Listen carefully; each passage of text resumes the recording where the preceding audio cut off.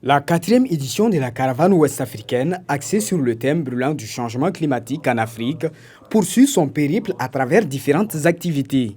Après avoir pris son envol au Burkina Faso et traversé la Côte d'Ivoire, la caravane fait actuellement escale à Bamako, capitale du Mali, depuis dimanche 12 novembre 2023. Dans le cadre de cette étape, les organisateurs ont pris l'initiative de collaborer avec l'Alliance des chefs traditionnels et coutumiers à travers une rencontre d'importance capitale, réunissant des reines, des rois, des chefs traditionnels et des leaders religieux venant de toute l'Afrique. Cette rencontre se penche sur le thème crucial, la quête de la justice climatique, le rôle et les responsabilités des chefs coutumiers, religieux et rois d'Afrique dans la lutte contre les phénomènes du changement climatique. La cérémonie d'ouverture des travaux s'est déroulée ce lundi 13 novembre 2023 à l'hôtel Colibri de Bamako. Au sein de la convergence globale des lutteurs et ouest-africaines.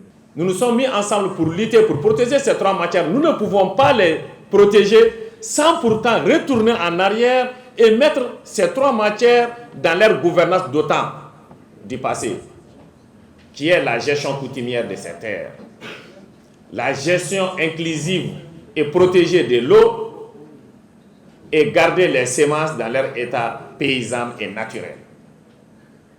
Et pour ce faire, nous avons dit que nous devons retourner à notre source. Et la première valeur de nos sources, c'est les gardiens de ces sources qui sont nos rois, nos chefs traditionnels, nos chefs de village. La convergence n'atteindra jamais son objectif sans pourtant faire appel aux chefs et aux rois pour qu'ils se mettent ensemble. Donc, raison pour laquelle nous sommes avec nos papas, nous sommes avec nos chefs et nous nous mettons à leur service.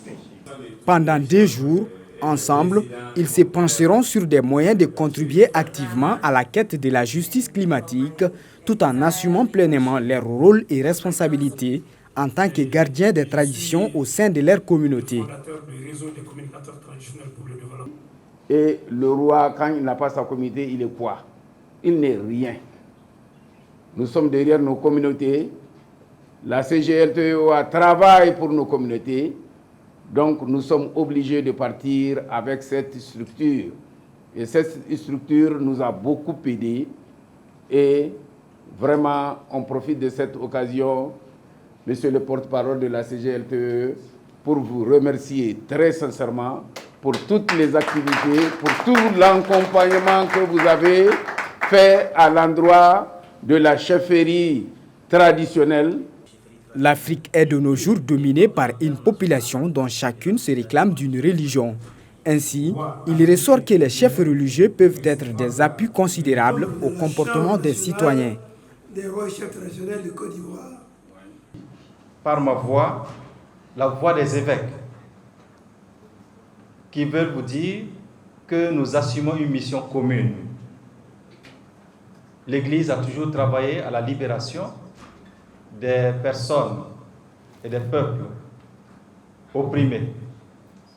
Elle ne va pas du tout s'arrêter.